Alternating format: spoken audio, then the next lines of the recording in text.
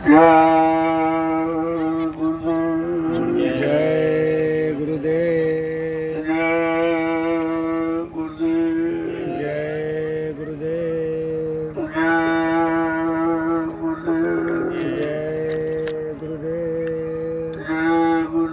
नाम किसका? प्रभु का। जय गुरुदेव। नाम किसका? प्रभु का। प्रभु का प्यारा नाम। जय गुरुदेव। सम्राट दाता दयालु पूज्य स्वामी महाराज, इस मकर संक्रांति के पावन पर्व जो 3 ऋषि कार्यक्रम रखा है, आज सत्संग का आखिरी दिन है।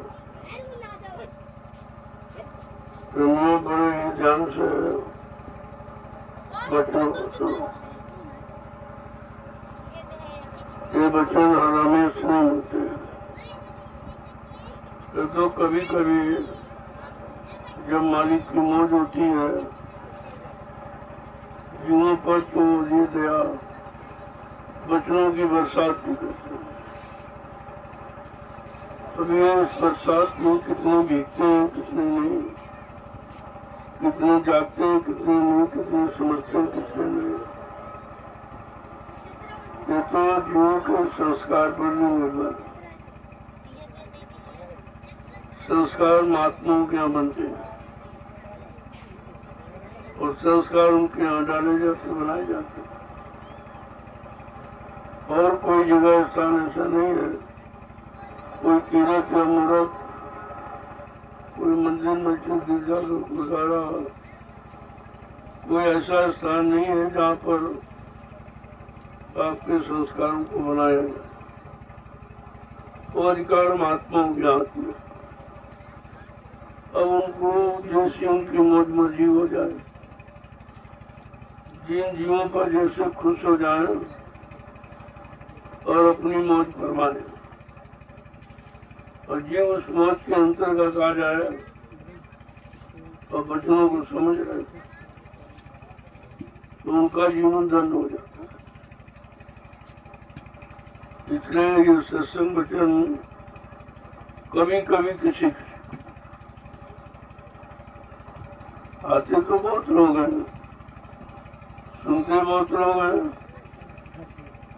लेकिन समझते बहुत कम, और समझ करके अपने जीवन में उतारते कम है, और उतार कर लगातार चलकर अपनी मंजिल पर पहुंचने वाले तो कोई भी नहीं होते। इसलिए सत्संग वचनों को जब सुनते रहोगे, धीरे धीरे धीरे मन की कालिक कम हो जाती है, मन बुद्धि चित्त पाक साफ निर्मल होने लगते, तब वचनों के समझने की शुरुआत होती है। ये सुनना समझना नहीं है, पढ़ना पढ़ाना ये भी समझना, करना करना। जब करोगे तो आपकी समझ में सब आ जाएगी, क्या अच्छा है, क्या बुरा है, क्या पाप, क्या पुण्य है, क्या शुभ अशुभ है। ये जब समझ में आएगा जब आप करनी पर उतर आओगे। सतमती करनी कुछ अलग है, कालमती करनी हो तो सभी जीव फंसे, और कालमती करनी हो जिसके पास आधार है, काम है, क्रोध है, लोभ है, मोह है और अहंकार, ये काल की करनी का विषय है। इसी काल की करनी में 3 युग निकल गए जीवों को फंसे, बेचारे अभी तक समझ नहीं पाए। उनको यही नहीं मालूम कि काल और दयाल में अंतर क्या, दयाल किसे कहते हो, काल किसे। तो दयाल ने जीवों को समझने का एक आधार बताया, उसके 3 तरीके कि सत्संग करो, सेवा करो और भजन करो। आप जो ये सेवा कर रहे हो ये रात्रि परमार्थी संज्ञान से, इसके बारे में तो कोई जानता है, क्योंकि परमार्थ शब्द बिल्कुल अलग है। स्वार्थ लोग लालच तो लोग जानते हैं और कर करके उसी में फंस गए। लेकिन परमार्थ जब समझ में आ जाएगा तो स्वार्थ से आप बिल्कुल हट जाओ, क्योंकि आपकी समझ में आने लगेगा ये स्वार्थ ये आपका सच्चा साथी नहीं, ये बोला और भटक के जुओं को बहकाने भरवाने से, क्योंकि काल ने जीवों को बहकाने भरवाने के लिए ये रास्ता उसने रखा कि आखिरकार इन जीवों को कैसे भड़का के रखा जाए, कैसे इनको लंबे समय तक यहाँ रखा जाए ताकि आते रहे जाते रहे तो हमारी व्यवस्था चलती है, हमारा देश सुचारू रूप से चलता रहे।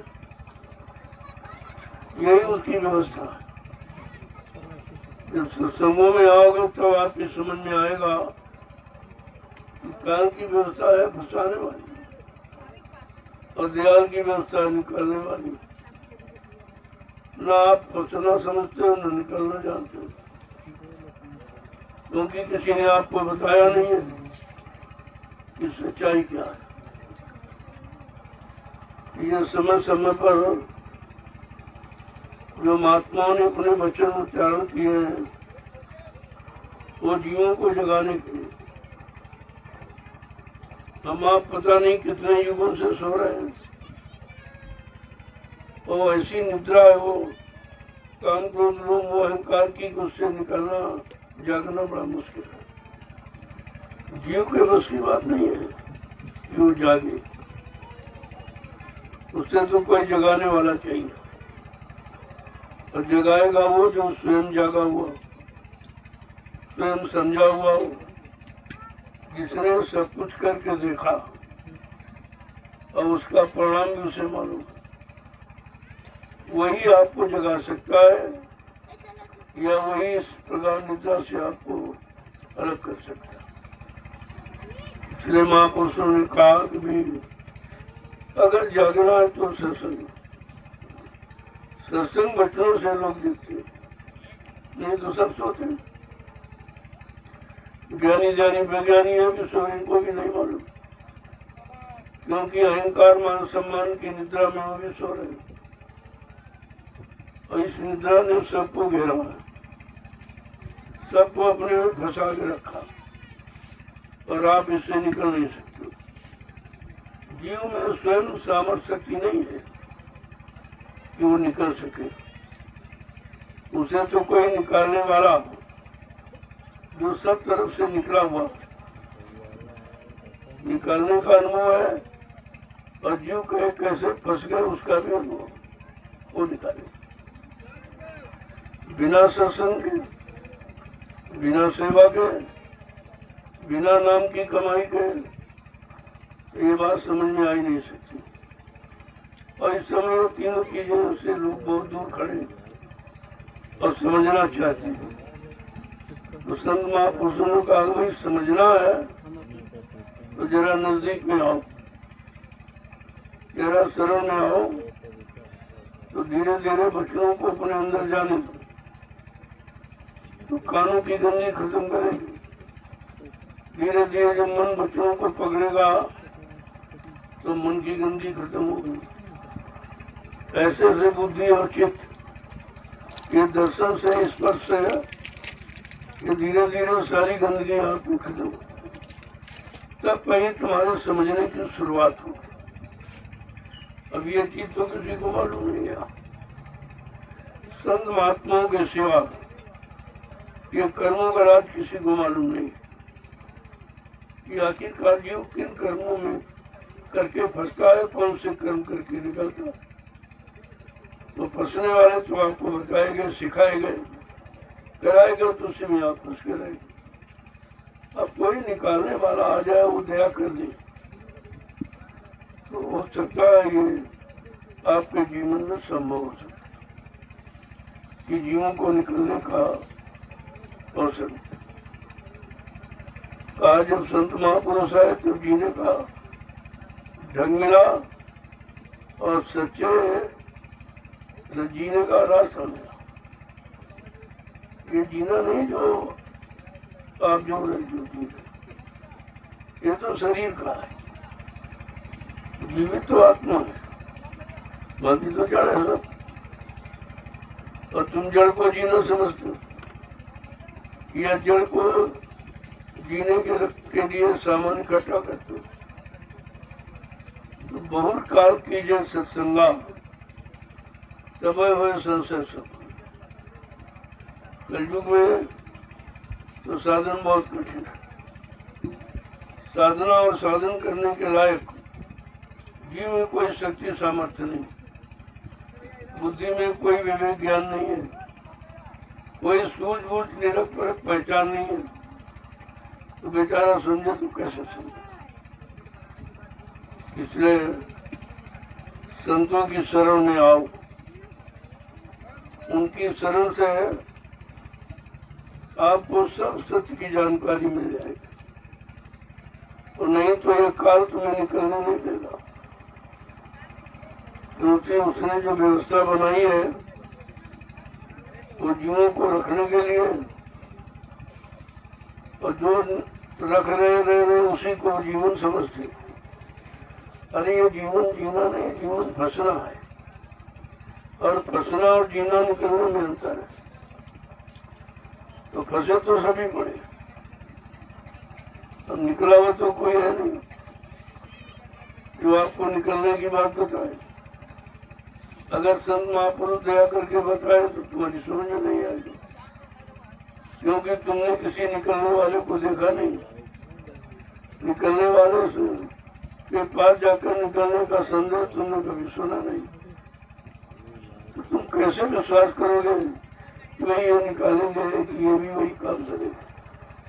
तो कहते धीरे धीरे धीरे धीरे जब आने जाने लगोगे तो देखेंगे भाई तुम लेने वाले हो कि भगने वाले हो कि रखने वाले हो। पहले तो देखा जाता है जीव क्या लेने आया, कौन सी इच्छा लेके आया। तो पता चला कि काल अपने सामानों की मांग की इच्छा पैदा करता है। राज दे दो, फट दे दो, दौलत औरतें बच्चे हैं, मान है सम्मान है, मतलब यानी जमीन जायदाद, इसके सिवा तो आप जानते नहीं कि और भी कुछ लिया जाता है या लेने का और कोई हमारा सामान है। इसके अतिरिक्त ऋषि मुनि ज्ञानी जानी सब इसी में बसे। किसी जड़ता की ममता की चादर को उड़ा और बेचारे इसी में ढके। अब धीरे धीरे कलयुग में संत पधारे, उन्होंने ये रास्ता खोला कि चलो जीवों को बहुत दिन फंसे फंसे हो गए, चलो इन पर कुछ दया हो जाए कि निकल कर अपने घर पहुंचे। और जब महापुरुष निकालते हैं तो ये इधर उधर बेचारा पड़ता है। वो समझता हमको फंसा नहीं, वो समझता हमारा ऐसो आराम खत्म कर रहे, हमको मतलब ये जो सामान मिला इस सामान से दूर करना चाहते, क्योंकि इसी सामान को उसने अपना सामान मान रखा है और इसी को सब कुछ समझता है, इसके अलावा कुछ नहीं। जबकि ये कुछ नहीं, सिर्फ एक फंसने का सामान है। न तुम्हारे साथ आया था, न तुम लेके आए थे और न तुम लेके जा सकते, क्योंकि तुम्हारा है नहीं। तो अपने सामान पर अपना अधिकार होता है। जब सामान काल का है तो आपका अधिकार कहाँ से? तो काल का शरीर और शरीर से संबंधित इंद्रियां है, भोग है, सब का सिर्फ जीवात्मा दयालती है, जिसके बारे में शायद कोई जानता है। जब सत्युग में ऋषि मुनि योगी नहीं समझ पाए और ज्ञाता तो अपन में होता है, शक्तियां नहीं समझ पाई, ज्ञानी ध्यानी वैज्ञानी नहीं समझ पाए तो कलयुग का ये गंदा जो कैसे समझ पाएगा। भाई किसी चीज को अगर जानना है समझना है तो थोड़ा करीब में हो, और करीबी हमेशा गरीबी से हासिल होती। और तुम अहंकार गर्व गुमान घमंड में आते ये जब आए तो अहंकार सब क्या करे सब बेकार। अब ये भी आपको किसी ने नहीं बताया कि अहंकार तुम्हारे विनाश की जड़ है। अहंकार ही अज्ञानता का भंडार है। ये तो किसी ने आपको बताया नहीं अभी तक। तो बताने वाले आए तो वो चुप रहे, उन्हें समझ नहीं देखा कि वे जीवों का माहौल देखेगा। जीव सुनना ही नहीं चाहता, देने की बात छोड़ दो। आप सच्ची बात सही बात मानने वाला लेने वाला कोई नहीं, उसको अच्छा नहीं लगता। चाहिए अच्छी सच्ची बात को वो जहर समझता है, और जहाँ विष है विषय रस उसी को अपना मानता है। अब इस अज्ञानता को इतनी जल्दी ये करना मुश्किल होता है, लेकिन कोई ऐसा काम नहीं जो आप न कर सको। कब जब तुम करने वाले के पास हो, करना और कराना जो दोनों जानता है उसके करीब जाओ, वो हमारे आप पर दया करके करना सिखा देगा। जब करने लगोगे तो आपको अच्छाई और बुराई का अनुभव हो जाए, और जैसे अनुभव हुआ फिर से आप निर्णय ले लोगे कि हमें क्या करना है, अच्छा करना है कि बुरा करना है, कि पाप करना है कि पुण्य करना है कि शुभ शुभ करना है। तो कहने का मतलब ये है बिना संत वचनों के, बिना संत महापुरुषों की संगत के यहाँ सत्य का रास्ता और सत्य को पाना बहुत मुश्किल है।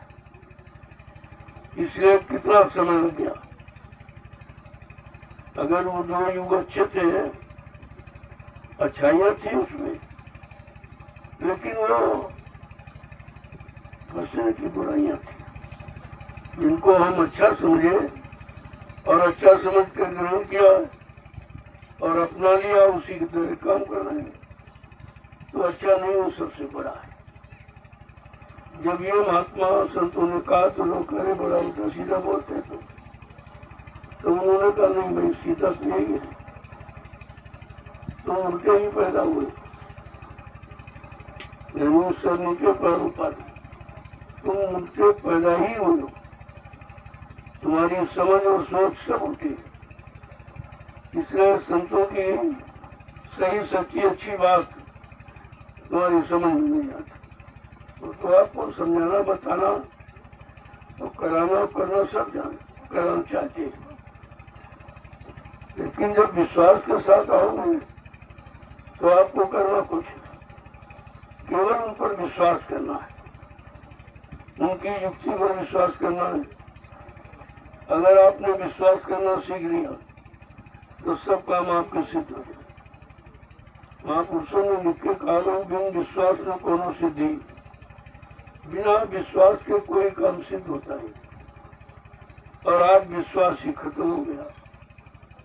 बाप बेटे का विश्वास, बेटी का बाप पर से विश्वास, भाई का भाई पर से विश्वास, पति का पत्नी, पत्नी का पति पर से विश्वास, राजा का रैयत, रैयत का राजा, गुरु का शिष्य, शिष्य का गुरु, सब विश्वास खत्म हो।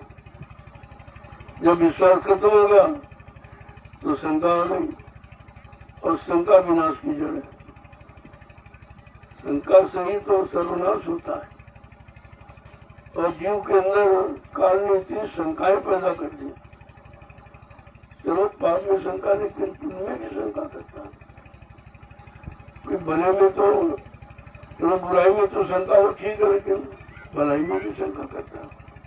उस पर नहीं विश्वास है कि ये भलाई करेंगे कि नहीं करेंगे, ये हमारा भला उद्धार करेंगे कि नहीं करेंगे, इनके पास युक्ति है कि नहीं है, तमाम तरह की शंका एक तरह की नहीं।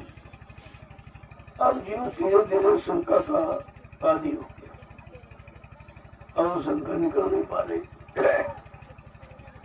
कहा भाई शंका निकालने की कौन सी दवा है? कहा न पूजा न पाठ न तीर्थ न व्रत न हवन जब तक यह गंगा स्नान बहुत किया जा रहा, लेकिन शंका बढ़ रही है, शंका खत्म नहीं हो रही। और जब मिल भी नहीं रहा उस पर विश्वास नहीं बैठा, जहाँ है नहीं कहता हूँ विश्वास वहां है।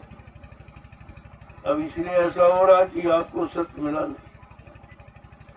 सही सच्ची अच्छी बात बताने वाला और सही सच्चे अच्छे रास्ते पर चलाने वाला कोई मिला ही नहीं। और तुमने इसीलिए अच्छा सच्चा अभी तक समझ ही नहीं पाया। इतनी अच्छी बात बताई जाए, अगर कभी सुनी नहीं देखी नहीं तो एक बार उसमें भी सुनता हूँ कि पता नहीं ये सच्ची है कि नहीं है। इतनी शंका बढ़ गई है कि बुराई में तो शंका नहीं, लेकिन अच्छाई में शंका। बुरे लोगों का तो साथी कर रहे हूँ, उनमें शंका नहीं, लेकिन अच्छे लोगों में शंका कर। जब शंका का तुम्हारा दायरा अज्ञानता में आ जाएगा तो तुम अच्छों से भी अच्छी बात नहीं ले सकते, अच्छों से अच्छाई को नहीं जान पाओगे, क्योंकि आपको विश्वास नहीं। तो धीरे धीरे धीरे कहा सत्संग में आओ, देखा जाएगा भी सत्संग नहीं समझ में आ रहा, किस कारण समझ में नहीं आ रहा। कहा बुद्धि मेरी, मन बुद्धि चित्त बहुत मजे गंदे हो, तो कभी इनको साफ कर दिया जाए। अब साफ करने का कोई साबुन पानी तो यहाँ है नहीं जो तुम्हारे मन को धो दे, चाहे गंगा चाहे जमुना चाहे तीरे कोई तीरे चले जाओ, ये पानी शरीर पर लगी बाहर की गंदगी को धो सकता है। लेकिन जो आपका मन बुद्धि चित्त गंदा है, बुरे कर्मों के द्वारा, गंदे खान पान के द्वारा, तो वो जो गंदगी यहाँ किसी से धुल नहीं सकती। और उस गंदगी को किसी ने बताया भी आपसे, और लोगों ने एक अंदाज में कहा कि भाई तीरथ करो व्रत करो, हो सकता है साफ हो जाए। लेकिन कितने युग निकल गए भाई, कोई नहीं साफ हो पाया। तब संतों को समझ से आना पड़ा कि ऐसे तो कल सच्चाई तो जीवों को पहुंचने ही नहीं देगा, और सच्चाई समझने नहीं देगा, और सत्य की पहचान करने नहीं देगा। तब संतों को आना पड़ा केवल सच्चाई की जानकारी देने के लिए, सच्चित आनंद दिलाने के लिए, और जीवात्मा को सत्य सचखंड पहुंचाने के लिए उनको आना पड़ा। और ये काम पहले तो किसी ने किया नहीं था, जो पहले संत महापुरुष थे ही नहीं, और ऋषि मुनियों ने ये काम किया नहीं। वो भी अपने स्वार्थ तक सीमित है कि तपस्या करूंगा तो राजा बन जाऊंगा, राजगद्दी मिल जाएगी, ये मिल जाए तो वो मिल जाए, यानी उसमें भी स्वार्थ था। योगियों ने योग साधना करके कहा उम्र बढ़ाऊंगा और बहुत दिनों मेरा सम्मान होगा, बड़ी लोग बात माने की पूजा करेंगे, इसमें जाकर फंस गए।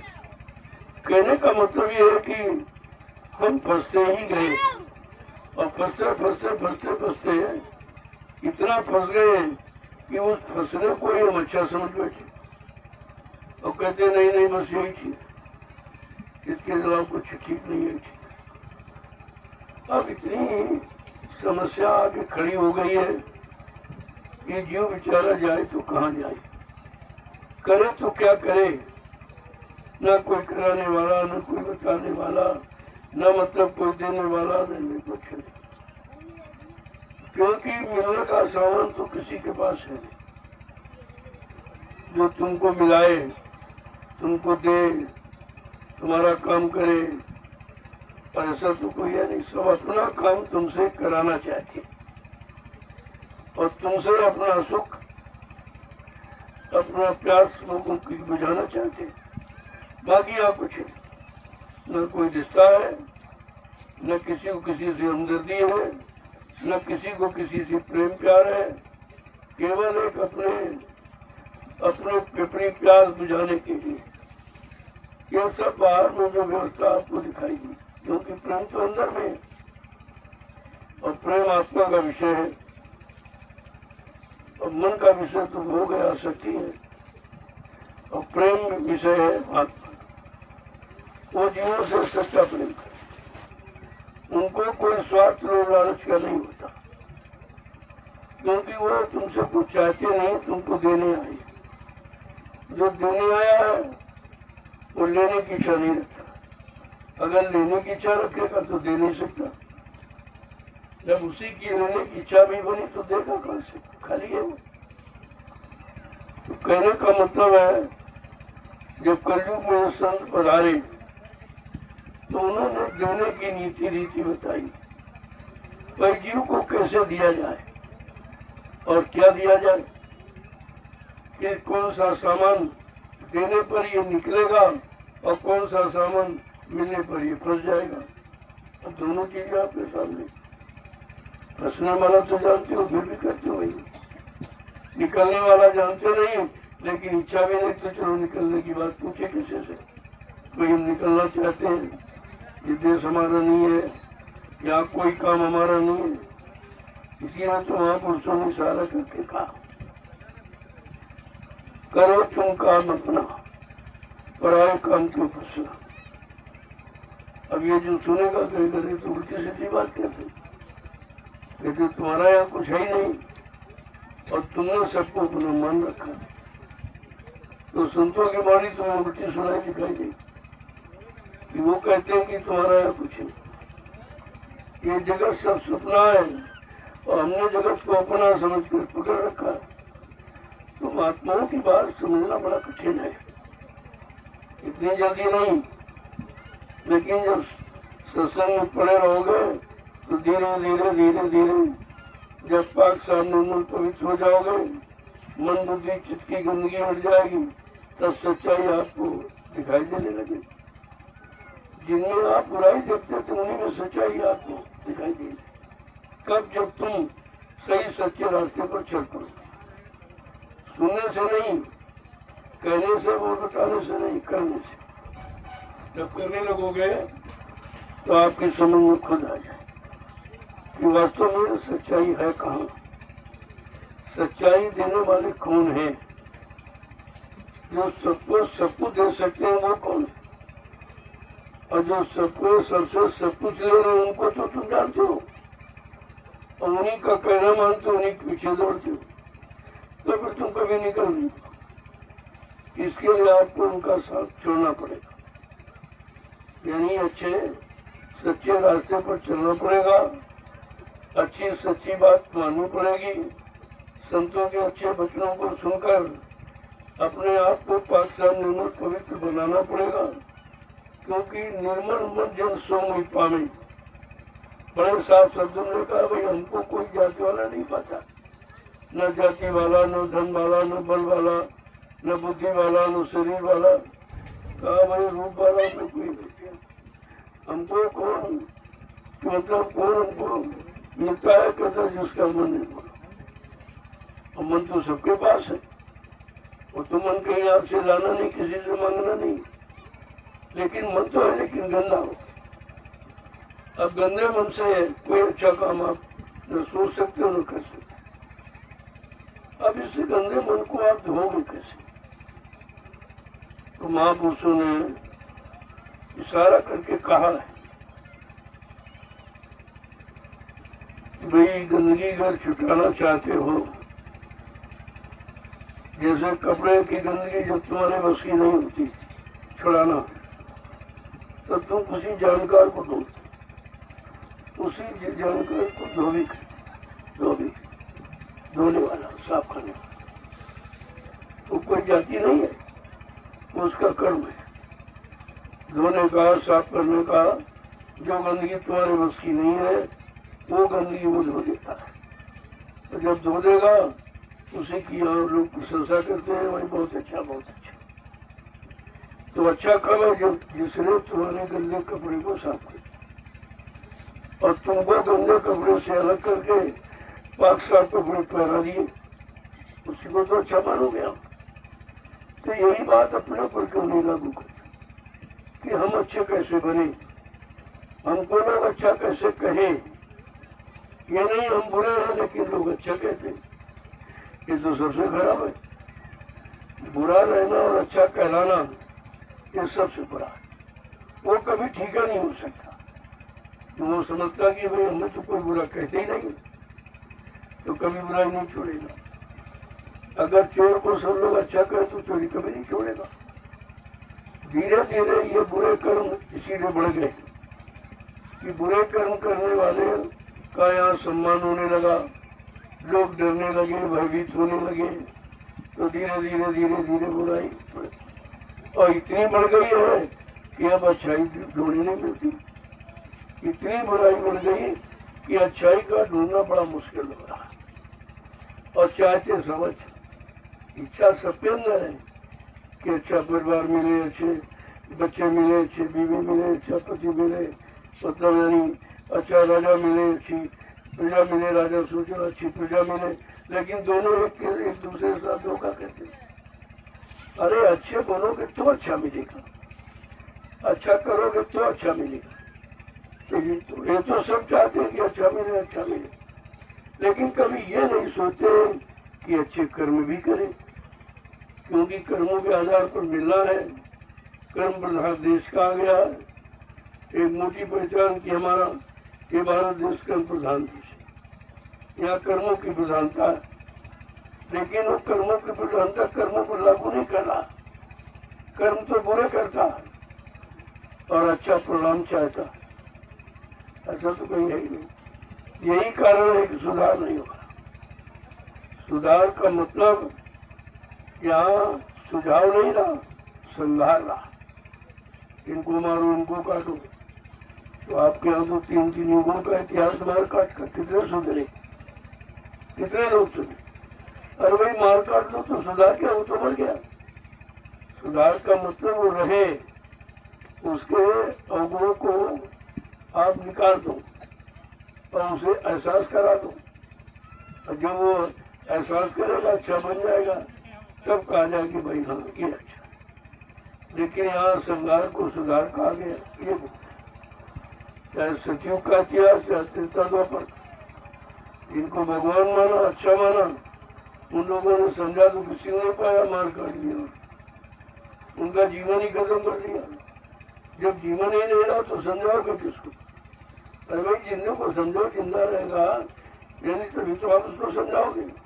अगर उसको मार दिया या मर गया तो फिर कौन समझेगा? इस बात को, इस सत्य ज्ञान को कोई मानने के लिए तैयार नहीं। इतनी ज्यादा खराबी बढ़ गई है कि अच्छी सच्ची बात न किसी को सुनाई देती, न दिखाई देती, न कोई करने को तैयार है, और परिणाम सब अच्छा चाहती। कहती है कि उन्हें दुकान अच्छी चले, नौकरी अच्छी, सब मतलब यानी कोई भी काम ऐसा नहीं जो आप अच्छा न चाहते हों। लेकिन कभी ये नहीं चाहते हो कि जरा अच्छा करें। जब करने से अच्छा मिलेगा, करने से अच्छा होगा, तो हमको कम से कम अपने कर्म भी अच्छे करने चाहिए, ताकि हमको हर अच्छाई का अनुभव हो जाए, हर अच्छाई का लाभ मिल जाए। तो कहते हैं भाई एक दिन में थोड़ी हो जाए, अब 3 युगों में बिगड़ पाए हो। अब तुम अभी कलयुग के 5,500 वर्ष निकले, अभी बिगड़ रहे होगी। अभी सुधरने की बात नहीं है। केवल संत महापुरुषों ने सुधरने का अभियान चलाया, बताना समझाना शुरू किया। अभी कोई अपना नहीं रहा, क्योंकि तुम्हारी पुरानी आदत है गंदा करने की, गंदे खान पान की, गंदे कर्म करने की। तो इतनी जल्दी अच्छाई सच्चाई समझ में थोड़ी आ जाएगी। लेकिन जो सच्चाई दिखाने के लिए और सबके अंदर सच्चाई लाने के लिए जिसने संकल्प किया है, वो तो अपना काम कहीं न कहीं से शुरू कर दिया। तुम्हारे मानने न मानने पर उनकी अच्छाई नहीं चली, तो अपना काम शुरू कर दिया। तो धीरे धीरे धीरे धीरे का जब लोग बुराई से उब जाए, बुरा करने करके से उब जाए, और बुरा करने वाला ये कह दे कि बहुत बुराई बढ़ गई, अब ये नहीं सोच रहा कि हम ही ने की तभी तो बढ़ा है। लेकिन कहने का मतलब महापुरुष कहते हैं, जब बुरा करने वाला, पाप करने वाला पाप से, बुराई से, चोरी करने वाला चोरी से उठ जाए, और चोर भी अपने घर में ताला लगाने लगे, तो समझ लो वो जान गया कि हमारे अलावा नहीं और बहुत चोर है। अगर वो कहें हम ही चोर, तो उसको ताले लगाने क्या जरूरत? लेकिन चोर भी अपने घर में ताला लगा, जबकि चोर वही है। तो ये है समझ कि उसने समझ लिया कि हम ही नहीं और हमारे जैसे करोड़ों लोग चोर। अब सबको एक दूसरे पर शंका, सब अपने घर में ताला लगाने लगे, सबको मतलब यही चिंता हो गई। अब वो ये नहीं सोच पा रहा कि अगर हमने चोरी न की होती तो आज हमको चोरी करने की शंका किसी पर नहीं। वो अपने किए हुए कर्म के अनुसार ही वो समझ रहा है, सोच रहा है कि नहीं नहीं भाई और भी चोर हो गए, और भी चोरी कर सकते हो, पैदा करो, ताला लगाओ, घरों में ताले। आगे आपको एक इशारा दिया जा रहा कि घरों में ताले नहीं लगेंगे। वैसे कुत्ता बिल्ली के ऊपर होगा, लेकिन वैसे ताले नहीं। इसका मतलब कि सबके अंदर सत्य विचार और सत्य संकल्प और सत्य कर्म करने की भावना जाग जाएगी। उसी सत्य की भावना के जागे वाले समय को सतयुग कहेंगे। अब वो सतयुग आने वाला है, क्योंकि कलयुग के बाद सतयुग का नंबर है। अब कलयुग के बाद जो कह रहे लोग रामराज जाएगा, हमने तो बहुत पीछे आते नहीं। रामराज का तो समय नहीं तो निकल गया, और कृष्णराज का जो नाम कृष्ण हो गए उनका भी समय निकल गया। लिहाजा इनके नाम लेने से काम नहीं चलेगा, क्योंकि इनका समय काम का निकल गया। कितनी अच्छी सच्ची बात सही बताई जाए, लेकिन समझ में नहीं उसके आ रहा। वो इस बात को मानने को तैयार ही नहीं है। तो कहा भाई वो राम राज्य का समय त्रेता में था, कृष्ण राज का समय द्वापर में था। न त्रेता है न द्वापर है, अब तो वह कलयुग। तो वही कलयुग में किसका राज्य? और कलयुग के बाद कौन सा राज्य आएगा? तो कलयुग के बाद एक चक्र पूरा हो जाएगा, फिर सतयुग आएगा। सतयुग से शुरुआती सतयुग त्रेता द्वापर और कलयुग, और फिर मतलब सतयुग त्रेता द्वापर। ये तो आने की श्रृंखला है, ये रहेगी। अब ये बात समझ नहीं पा रही भी कलयुग की बात अगर कहूँगा तो कलयुग ही रहेगा, और कलयुग के बाद सतयुग आएगा। ये नियम है, ये कुदरत का प्रकृति का सिद्धांत है। तो संत महापुरुष तो सिद्धांत की बात करते हैं कि भाई कलयुग के बाद सतयुग का नंबर है। और यहाँ रामकृष्ण की बात करें, रामराज की बात कर रहा कृष्ण राज, कितनी झूठ है, कितनी अज्ञानता है कि जो समय निकल गया, गुजरा हुआ जमाना आता नहीं दोबारा। जो वक्त निकल जाता समय, वो अपने समय से ही आएगा, तुम्हारे कहने से नहीं आएगा, और तुम्हारे रोकने से रुकेगा भी। अगर तुम चाहो कि कलयुग को रोक लें तो तुम्हारे बस की ये भी बात नहीं। अगर तुम चाहो सतयुग ले तो भी तुम्हारे बस की बात। कहा ये इंसानों की बुद्धि की बस की बात नहीं है कि वो समय को बढ़ा दे, घटा दे या रोक दे। ये तो केवल उनको मालूम है जिनको समय की गति से चलना, समय की गति से चलना मालूम है। तो आपको बताइए, तो ये 3 दिवसीय जो कार्यक्रम रखा गया था इस नए वर्ष पर, उसी में एक तिथि जुड़ी हुई थी, मकर संक्रांति। ये भोजन करने का विधान है कि जब सूरज कर्क रेखा से मकर रेखा पर चमकने लगता है तो प्रकाश और गर्मी बढ़ जाती है। या उस समय सर्दी समाप्त होती है और गर्मी बढ़ने लगती है। तो इसके बीच का भोजन कैसा हो ताकि लोग बीमार न हो। यह भोजन की जानकारी न होने के कारण सीजन बदलने पर अक्सर सब बीमारी हो जाती। यह बात कोई नहीं बताना, और इसकी दवा किसी के पास नहीं, इसका ज्ञान ही नहीं, जब कोई बताएंगे क्या। लेकिन ऋषि मुनि महात्माओं ने इस भोजन की शुरुआत कब कैसे करनी चाहिए जिससे तुम्हारे शरीर पर उसका कुप्रभाव न पड़े, कोई बीमारी ना हो, कोई खून खराब ना हो। ये मकर संक्रांति का पर्व रखा है, एक त्योहार बना दिया। त्योहार के नाम पर सब करेंगे और करने लगेंगे, सबको विश्वास है। वैसे वैज्ञानिक दृष्टिकोण से ये सूर्य का काम है सूर्य का सच्चा ज्ञान है। अब धीरे धीरे धीरे धीरे आज वो आखिरी दिन है। मैंने आपकी बात 3 ही दिन का, मौसम ठीक नहीं था और तुम्हारे अंदर सामर्थ्य भी नहीं थी और तुम सुनने के लिए कोई शौकीन भी नहीं हो, कोई इच्छुक भी नहीं हो, तो जबरदस्ती आपको महात्मा देते हैं, जबरदस्ती पिला रहे हैं कि भाई पी लो। बच्चा तो दूध भी नहीं पीता, वो फेंक दे बर्तन दे दो, तो माँ जबरदस्ती दाब के पिला। उसको मालूम है कि पौष्टिक आहार है और इसको शरीर में पौष्टिकता चाहिए। ये तो ज्ञान माँ को है, बच्चे को तो नहीं है।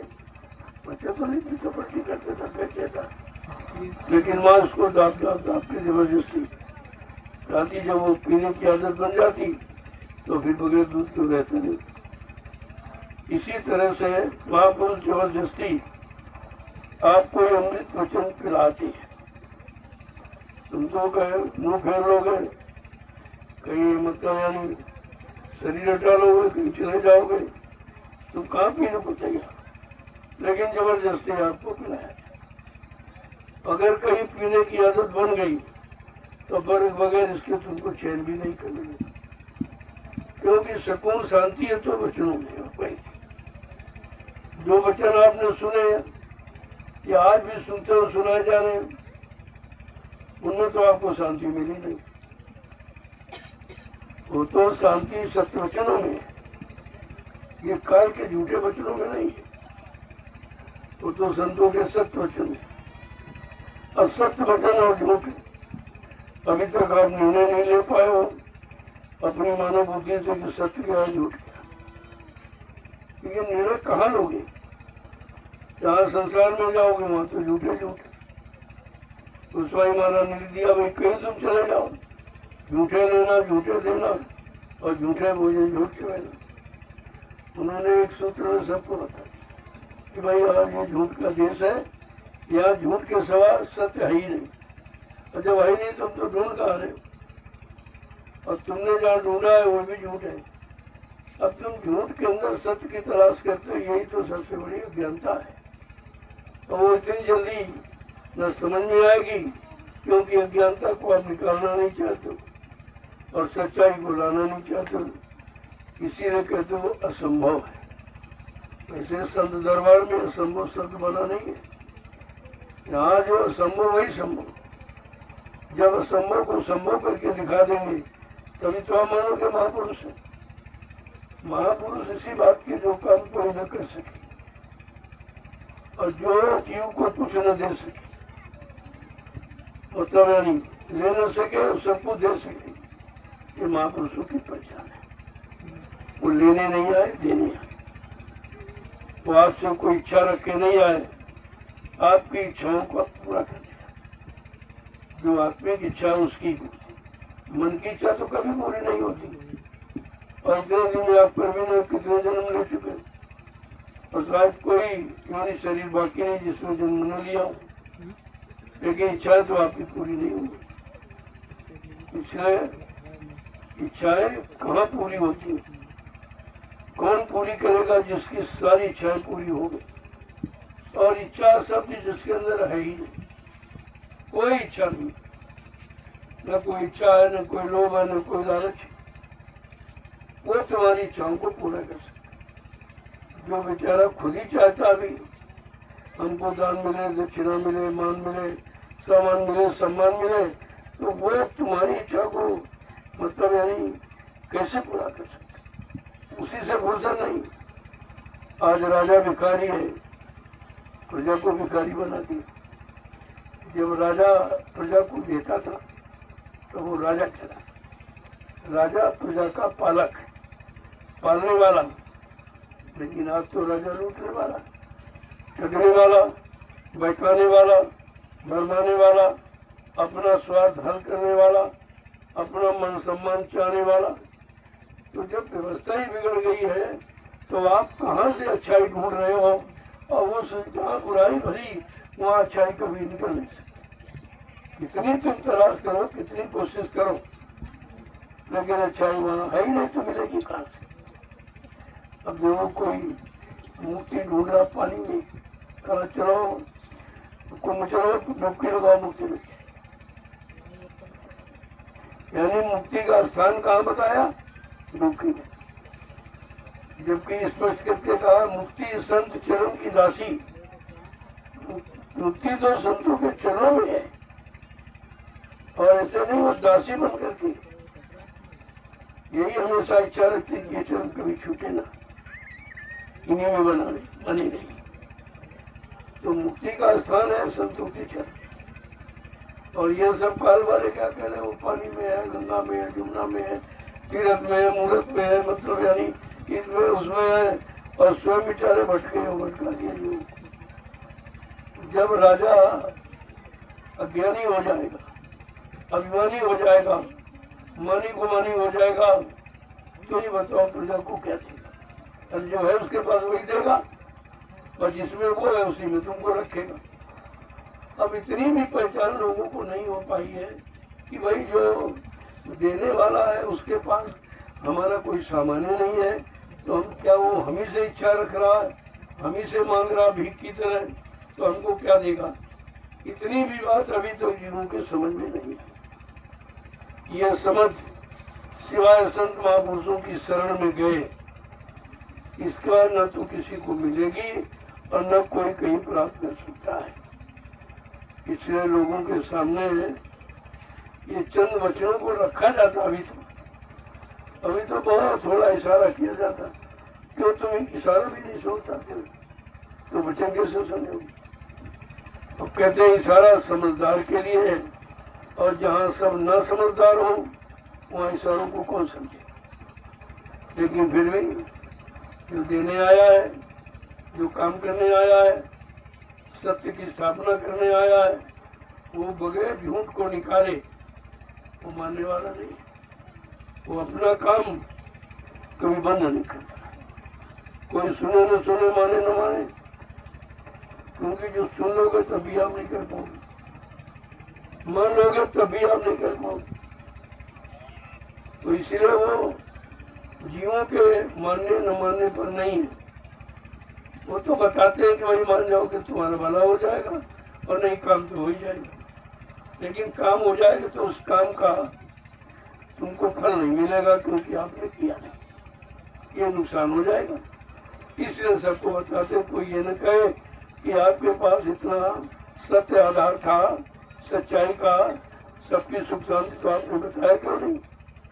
इसलिए वो जीवों को बताते। बाकी उनका कोई उद्देश्य ये बताने का नहीं, कोई प्रसाद को दे, कोई फीस दे बताने की, ऐसा तो महात्माओं का हल होता है।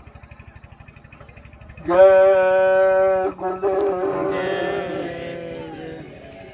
देखो आप लोग जो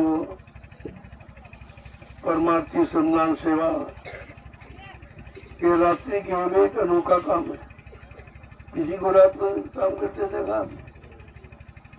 हाँ, कोई रात में जो काम करता है उसको डबल मजदूरी, इस लालच में तो कर सकता कि डबल ड्यूटी चले। लेकिन यहाँ तो इस तरह का कोई सामान बांटा नहीं जाता, और फिर भी प्रेमी कर रहे।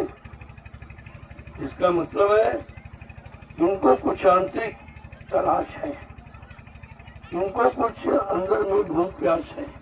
इसलिए रात में कोई अपना काम नहीं समझ करेगा। कितने शादी सब घरों के अंदर बिस्तरों में ठंडक महसूस कर रहे हैं। ये देखिए नजारा कैसा अनोखा है, ये कोई नहीं, ये किसी की बस की बात नहीं है।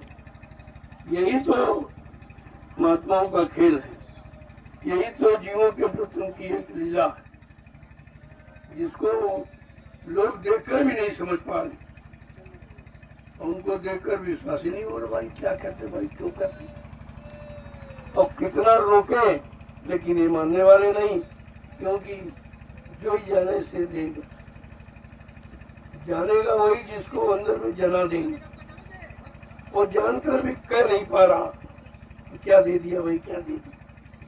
लेकिन ये कहना नहीं बनी, मैं सेवा जरूर करूंगा। और क्या मिला? कल मिला तो कुछ नहीं है, लेकिन कुछ ऐसा मिला जिसको हम कह नहीं सकते। कल क्या? कल वो दया है। दया न दिखाई जा सकती, न बताई जा सकती। न तुम उसको उसमें से किसी को दे सकते, बंटवारा भी नहीं हो सकता। अब बताइए, ऐसी चीज मिली है जो चोर न चुरा सकता है, न भाई बंटवा सकता है। मतलब यानी वो क्या है, वो है दया। और दया ये वो कहीं रखी नहीं। अब ये रात में जब ये दृश्य देख रहे लोग तो बड़ा चाहते, तो गंगा में डुबकी वाला बोल गए, ये सामने में कि भाई तो वहाँ तो केवल लोग पड़े खा रहे हैं, वहाँ का कौन सी तपस्या, कौन सी सेवा करें। या तो सेवा करें तो फिर ये तपस्या है। और जिस तपस्या में इनका कोई लालच नहीं है, कोई इच्छा नहीं रखती कि हम ये सेवा करें, हमको ये मिले ये मिले। केवल एक इच्छा है कि आदेश का पालन करें, ये स्वरूप है। अब आदेश पालन तो किसी के पास है नहीं। जब खुद ही नहीं कोई कर रहा, दूसरों से क्या कराएगा। तो कहने का मतलब है कि आप लोग जो कर रहे हो वो इस समय में बिल्कुल अनोखा है। दिन में लोग तो परिश्रम नहीं कर रहे हो, जब ठंड ज्यादा हो, और तुम रात्रि में कर रहे हो, तो कोई जरूर है। लोग देखकर बड़ा आश्चर्य है, लेकिन वो समझ नहीं पा रहे कि मतलब इनके अंदर क्या दे दिया, क्या भर दिया गया। फिर रात्रि में न ठंडक महसूस हो रही, न परेशानी महसूस हो रही, न कोई मजदूरी की चिंता है, न कुछ लेने की इच्छा है, और फिर भी कर रहे हैं। तो बात तो कोई जरूर है। वो जरूर क्या है जो तुम्हारी समझ के बाहर है, आप नहीं समझ सकते। तो प्रेमियों, अब आपकी सेवा का समय हो रहा। अब यह है कि आपको 15 डलिया उठा, 10 अपनी 5 हमारी। तो आपका ये आखिरी दिन सत्संग का जो फल है, सत्संग फल पेखी तत्काला का कोई दीपक को मत, ये तत्काल लाभ। तो हर प्रेमी को चाहिए कि कम से कम इतना तो कर लो, नहीं ज्यादा कर सकते हो, और तुमको लाभ वही मिल जाएगा जो ज्यादा किया कम वाला।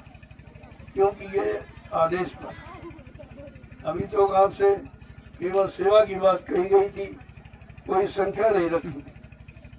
लेकिन जब संख्या रख दी जाए तो समझ लो ये चीज यानी कुछ देगी, इससे तुम्हारा कुछ बनेगा काम।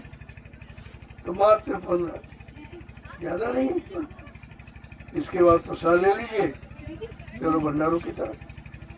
आपकी सेवा भी हो गई, परमात्मा का रास्ता भी धीरे धीरे तय हो रहा, और दुनिया के लोग समझ ही नहीं पाएंगे, और देख कर भी नहीं समझ पाएंगे क्या हो, ये भी नहीं समझो। करो पहले इशारे। तो 15 डलिया, 10 अपनी डालो और 5 हमारी। हम तो बुढ़े हो गए, अब ये काम नहीं होता था। लेकिन भाई 5 अगर बढ़ जाएंगे तो आदेश पालन हमारा भी हो जाएगा। भाई हमने नहीं किया, चलो तुमसे करवा लिया, तो उसका लाभ तो आपको ही मिलेगा।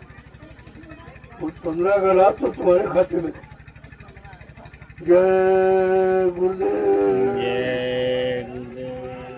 पहले आप मथुरा जाते थे तो इस तरह की सेवाएं होती, और इससे भी कड़ी सेवा। क्योंकि जो बीच में गए उनको तो नहीं मालूम पड़े कैसे, क्योंकि आश्रम तो था नहीं वहाँ, केवल जंगल था कटीला, कुछ नहीं था। जब कुटी के निर्माण की बात आई तो प्रेमियों ने बहुत मेहनत, एक कुल्हाड़ी, एक फाड़ा, एक खुरपी और रसिया, कितने लेके जाते थे। क्योंकि एक छोटा वाला बेर होता जब झरबेरी का, वो उसकी जगह बहुत नीचे था, 3-3, 4-4 फुट नीचे। कभी तो जंगल में हरी भरी रहती, उसको खोदना, जड़ से निकालना। अब सोचिए आप कितनी मेहनत की गई होगी तब इस आश्रम की नींव, और वो आश्रम जनी चोखा। आश्रम कोई अभिजन हितों का, कोई अपने निजी हित का या किसी व्यक्ति के हित का नहीं, ये जनहितों का। और आपसे कि सारे में कहा भी गया कि जो ये आश्रम जनहितों का है, तुम्हारे कहने से मैं आश्रम को छोड़ के जा सकता हूँ, लेकिन मुझे हिंदुस्तान का विश्व में कोई पैसे से खरीद नहीं सकता, ना कोई खरीद सकता है, ना कोई मार सकता, ऐसा कोई सामान नहीं बना। ये सच्चाई जब आप भूल गए तभी तो फंस गए हो। इतनी बड़ी सच्चाई को उजागर किया गया, न मुझे कोई मार सकता है, न मुझे कोई धोखा दे सकता, न मुझे कोई धन दौलत सामान से खरीद सकता। अगर कोई ऐसी घटना तुम्हारे सामने आए तो समझ लो वो हमारी कोई लीला ही हो जीवों के प्रति। हम देखना चाहते भाई जीव कितने हैं। जब पूछा जाता था तब लोग कहते थे स्वामी महाराज हमारे जिले में हमारी तहसील ब्लॉकों में इतने सत्संगी। सत्संगी मैंने तो कहा कि सत्संगी बनाए जा रहे और तुम कहते इतने थे सत्संगी।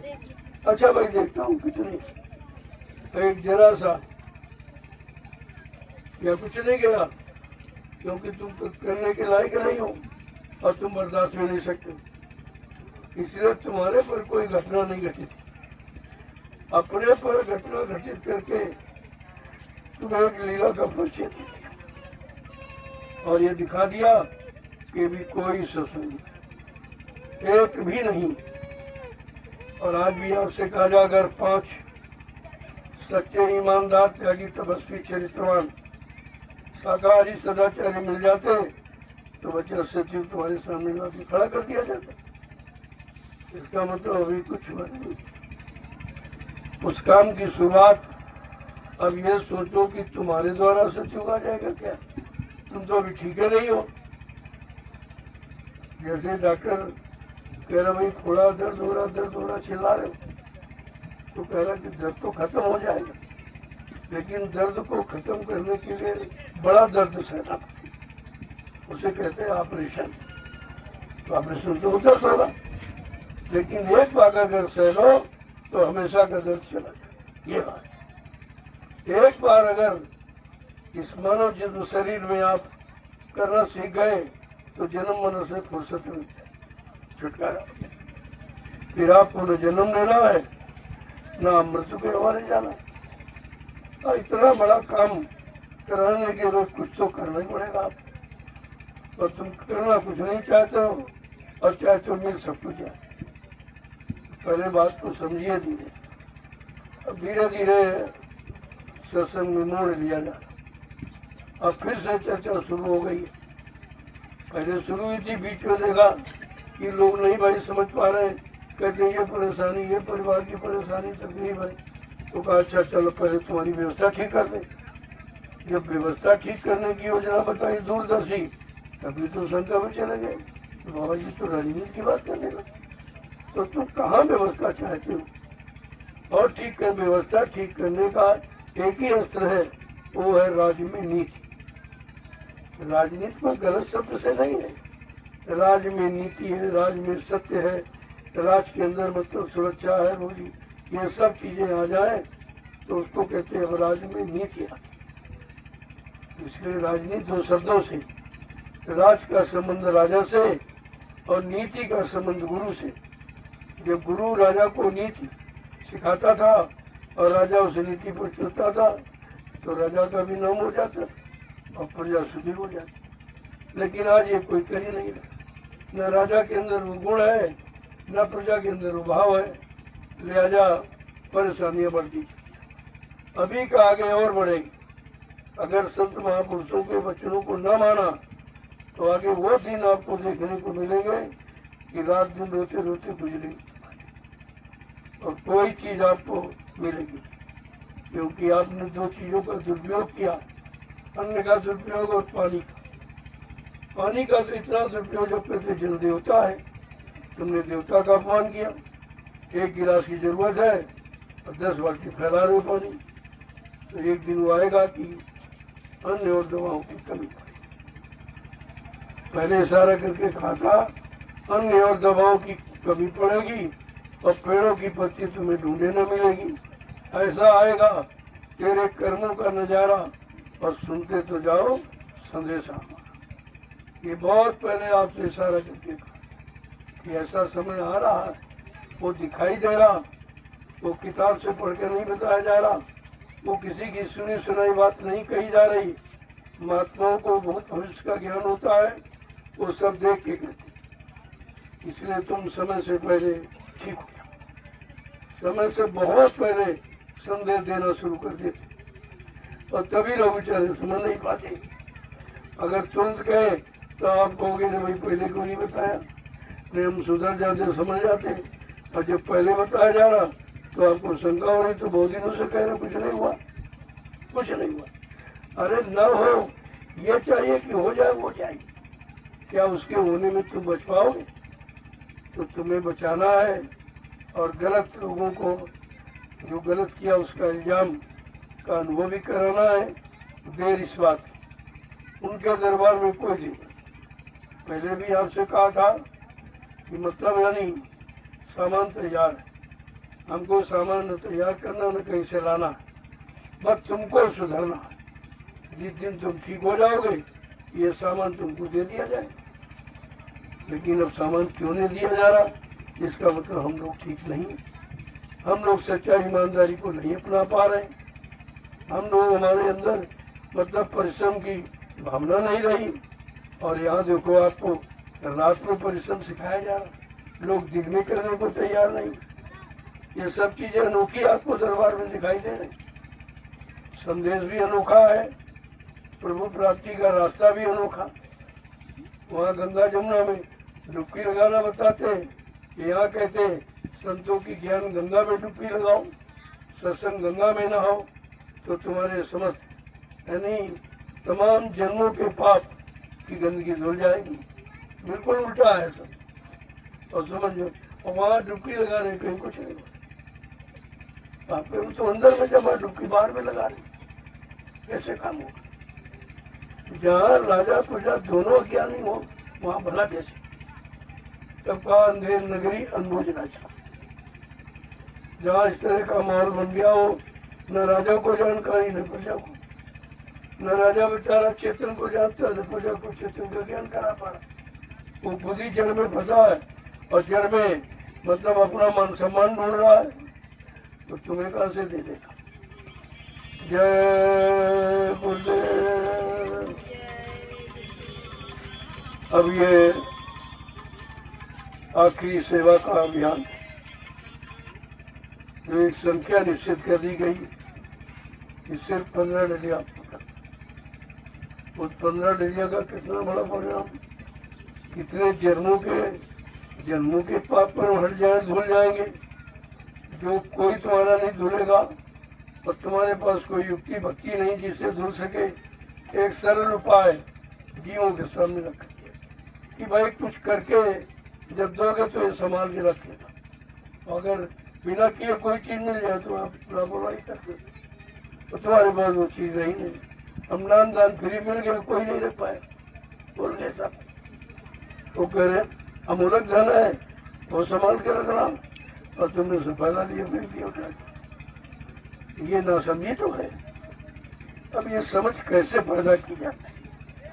तो कहा सुनाने में तो तुम 60 साल सुनाएगा, मसला में कोई समझ नहीं किसी के है। 10 जुलाई 1952 से 2012 ये 60 साल सुनाया गया और किसी के पास एक भी गुरु का वचन नहीं। कभी तुम शंका से बच नहीं पाए तो वाकई छोड़ के चले गया। तुमसे तो ये कहा गया था दरबारी दरबार है इसकी सुरक्षा, जिनको अधिकार दिया गया अगर वो सुरक्षा न रख सके तो तुम उनके संपर्क से हट जाना, न दोष न देना। क्यों तुम कह पाओगे नहीं, तुम्हारा कहना वो मानेंगे नहीं। और जिन लोगों ने कहने की कोशिश की सत्य, उनको मरवा दिया गया, उनको मरवा दिया गया। कितनी लाशें गड़ी मथुरा आश्रम में कि आश्रम की पवित्रता खत्म हो चुकी, कोई पवित्रता नहीं। अगर उनकी जब गणना गिनती बताई जाएगी तब तुम सुनोगे उनकी के कितने गुनहगार हैं, तब तुम इन पर थूकोगे। अभी तो भागे जा रहे हो, उनके पीछे दौड़ रहे हो।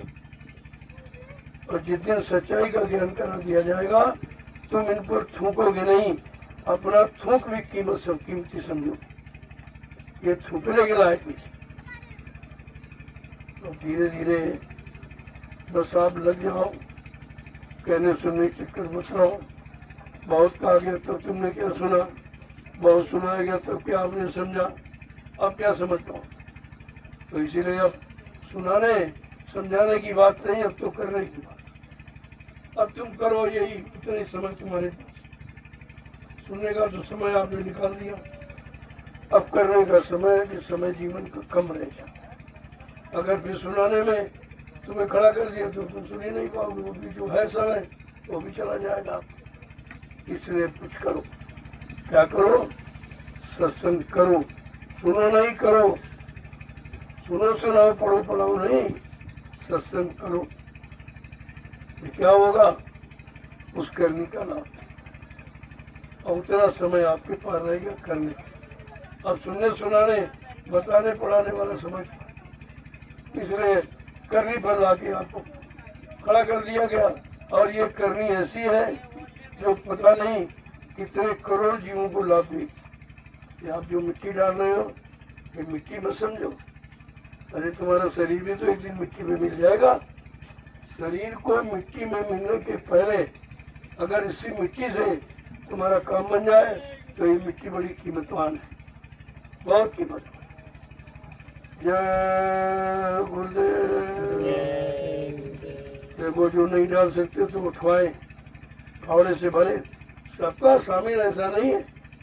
इस दरबार में तो बहाना तो तुम चला ही नहीं सकते, हमारे पास बहुत उपाय, कोई ना कोई चीज बता दूंगा। कहा था भाई जो नहीं सेवा कर पा रहे, जो कर रहे इनको पानी पिलाओ, जो डेलिया जहाँ डाल देते वहां से बराबर करो बैठ कर, इधर तो कर ही सकते हो। यहाँ बहाना नहीं चलने वाला किसी का। ये दरबार ऐसा है, तुम्हारे लायक कोई न कोई सेवा यहाँ जरूर है। भाई जो प्रेमी नहीं कर पा रहे रात में ड्यूटी दे रहे, तुम्हारी रखवाली, आश्रम की रखवाली, आश्रम की व्यवस्था की रखवाली, ये भी बहुत बड़ी सेवा है। ये रात्रि सेवा ये कम महत्व की नहीं है। और उसमें भी मैंने आपके लिए सहूलत कर दी कि भाई 5-5 आदमी 2-2 घंटे का समय दो। 10 बजे तक तो लोग जगते ही हैं। जब मैंने देखा कि वे लोग शाम को खा गए सो गए, खा गए सो गए, तो घर में भी करते थे आप। फिर आश्रम की बात क्या हुई, तो मैंने कहा नहीं थोड़ा भोजन का समय बढ़ा, अब 11 बजे तक भोजन। अब आप देखो भोजन करवा देते जग रहे। फिर इसके बाद देखा फिर भी लोग कुछ कहते हम शाम को खाते ही नहीं हो, फिर सो गए वो। तो हमने कहा भाई 10-15 लोग बैठ करके अपने टेंट राउटियों में मिलकर प्रार्थना पाठ करो। जब तुम प्रार्थना करको सुमिरन करके सो गए तो ये शिकायत नहीं करो कि हमको स्वप्न गलत है। स्वप्न गलत उसी के आते जिसकी दिन भर की रहनी गहनी गलत है। कभी इसके साथ इसकी निंदा, इसकी बुराई की, इसका भला बुरा मतलब ये तो करते ही रहते हो। वही तुम्हारी दिन भर की करनी रात में मन को दिखाई जा रही, देख तूने ये किया, तूने ये किया। अब तुम घबरा रहे हो, परेशान होते हो। तो कहा भाई 10-15 लोग मिलकर बैठ करके प्रार्थना करो, उससे क्या होगा, तुम्हारा मन धीरे धीरे साफ। जब रोज वचन तुम्हारे कान में डाले जाएंगे तो एक न एक दिन मन उन वचनों को अपनाने के लिए मजबूर हो जाएगा। ऐसा तो नहीं मानेगा, लेकिन रोज वही बात रोज तो यही सोचेगा अरे चलो भाई रोज सुनना ही है और बैठना ही, चलो कुछ करना शुरू करें। धीरे धीरे करने लगते। ऐसे गंदी आदतें छूट जाती है और अच्छी आदतें आते।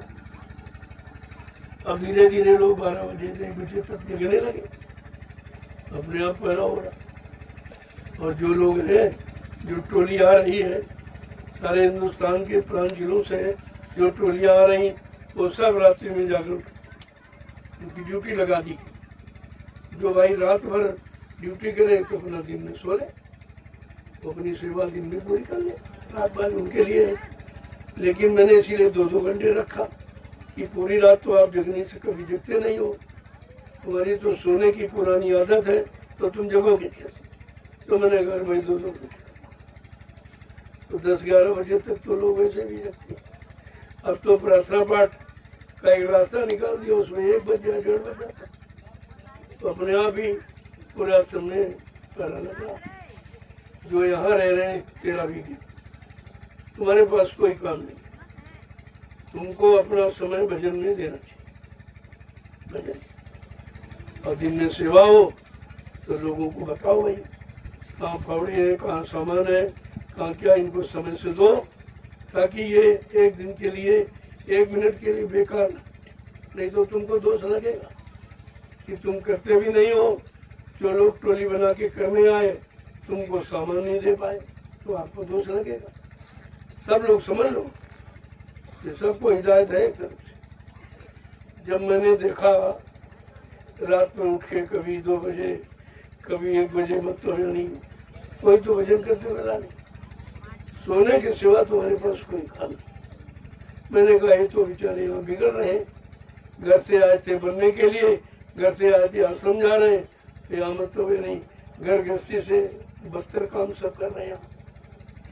तो मैंने इस मकर संक्रांति के पावन पर्व पर और 2025 वर्ष में मैंने एक संकल्प लिया है, तो मैंने कुछ नियम बदल दिए।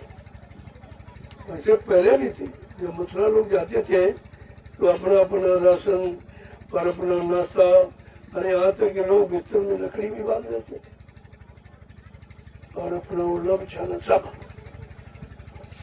न कोई भंडारा, न कोई मार्केट दुकान थी, न कोई टेंट हाउस दे रहे थे। तो बाद में जब लोगों ने कहा नहीं नहीं हम भाई खर्चा दे देंगे, हमारी व्यवस्था हो जाए, तो किराए मंगा लिया जाए, कि मथुरा से, कहीं आगरा से, उधर राजस्थान से, जगह के हरियाणा से ऐसे आ जाते थे और तुम उनका बना किराया देते थे और वो बना समय चले जाते।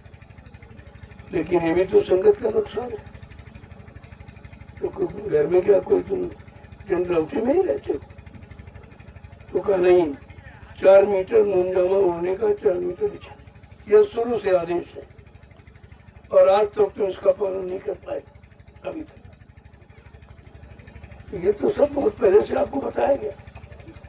और कहा जो अपने साथ में अपना थाली लोटा गिलास ले जा, शुद्ध पात्र और शुद्ध भोजन और स्वच्छ भजन बनेगा आपका।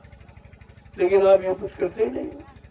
ये प्लास्टिक सबसे गंदी है, कूड़ा, जिसमें आप भोजन करते हो, इसलिए तुम्हारे मन में विकारी पैदा हो। ये आराम नहीं है, ये मन हराम है, हरामी कर रहा है, ये खराब हो गया। इसलिए अपना थाली लोटा, पहले ये सामाजिक दंड था, कोई बुरा काम लोग समाज गांव में करते थे, कहना इसका थाली लोटा बंद, इसका हुक्का पानी बंद करो, ये सजा थी। तो आज तो तुम्हारी थाली लोटा आई नहीं तो बंद क्या किया? थाली लोटा का महत्व नहीं, तुम तो खाया हो, पत्थर फेंक दिया उठा के। एक एक संगत में 1-1 लाख रुपए के पत्थर बर्बाद हो जाते थे। ये संगत का नुकसान था। मैंने नुकसान को देखा, कहा भाई कुछ स्वावलंबी बनो, अपना बर्तन रखो, अपने बर्तन को रखो, अपना लोटा रखो, पानी भर के ले जाओ, बैठ के तो पानी की सेवा कम से कम दूसरे की नहीं लोगे आप। लेकिन जब तुम सब सेवाएं ले रहे हो और तुम उनका पूरा काम से करो, कहाँ इतना तुम भजन करते हो, कहाँ इतनी सेवा करते हो, जो दूसरों की सेवा लेकर आप उनकी पूर्ति कर दोगे? ये तो कर्जा चढ़ रहा आपका। जब देखा कि उन बच्चों का प्रभाव नहीं हो रहा तो मैंने कल सत्य कर दिया कि हमारे यहाँ भंडारे नहीं चले। पहले भी भंडारे नहीं थे और बीच में सुविधा दी गई और सुविधा में तुम बिगड़ गए, लापरवाह हो गए, लिहाजा हमको बंद करना पड़ रहा है। भंडारा है जो यहाँ पर रह रहे, जिनका स्थायी निवास आश्रम पर है, उनके लिए भंडारा है, वो भी सेवा करेंगे। तो ये भंडारा, ये रोटी सेवादारों के लिए। पड़े खाओगे तो कर्जा लाद के चले जाओगे। कितने जन्म अभी आपको और लेने पड़ेंगे तो कैसे मुश्किल से अदा कर पाओगे आप। इसलिए मैंने ये सब बंद कर दिया। जो लोग स्थायी रूप से रह रहे हैं या उनके परिवार रहते हैं तो अपने परिवार वालों को सेवा दो कि वो भंडारे चली जाए और रोटी आपके लिए बना के ले आए, तो वो सेवा उनको मिल जाएगी। घर वाले तुम्हारे सब लाभेदार तो है। ये धीरे धीरे व्यवस्था 26 जनवरी से लागू हो जाएगी। अभी तो ये पर चल रहा, कोई बात नहीं। 26 दूसरी बात, थोड़ा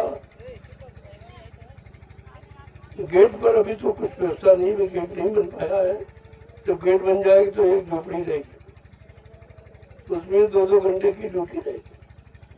उनको एक रजिस्टर दिया जाएगा, जो भी व्यक्ति आए उसका नाम पता सभी, आधार कार्ड ले लो और ये देखो कि उनके साथ कोई परिवार का आया कि नहीं, अकेले नहीं है, अपने परिवार के साथ। तो कम से कम तो परिवार की जिम्मेदारी, परिवार की जानकारी में होगा अच्छा बुरा। पहली बात। दूसरी बात, उससे ये पूछो और लिखवा लो कि आप कितने दिन सेवा करेंगे। उतने दिन इसके बाद घर जाओ या दूसरे दिन फिर आ जाओ। लेकिन जो बाउंडेशन रखा गया, एक सप्ताह में टोली काम करेगी, दूसरे टोली करके चली जाती, फिर आ जाती। इस तरह की व्यवस्था, तो इससे तमाम जो बुराइयां बढ़ गई हैं संगत में, वो धीरे धीरे खत्म हो गई। बहुत बुराई बढ़ गई, एक तरह की नहीं। और सबसे बड़ी खराबी तो चरित्र की, एकदम चरित्र खत्म कर दिया। आश्रम की तुम्हारी तो कोई मर्यादा है ही नहीं, लेकिन आश्रम और गुरु की मर्यादा तुमने धोखे पी ली। लिया जाइए, इसलिए करना पड़ेगा। तीसरी बात, सेवा। पहली बात मैंने पहले भी कहा था, कोई सेवा किसी के हाथ में नहीं है। या तो आप सीधे आश्रम आते हो तो ले आओ, नहीं जिनको आश्रम से चयनित किया जाए उनको रजिस्टर दिया जाएगा साइन करके। बोला सर नहीं तो ये भी एक झंझट निकला।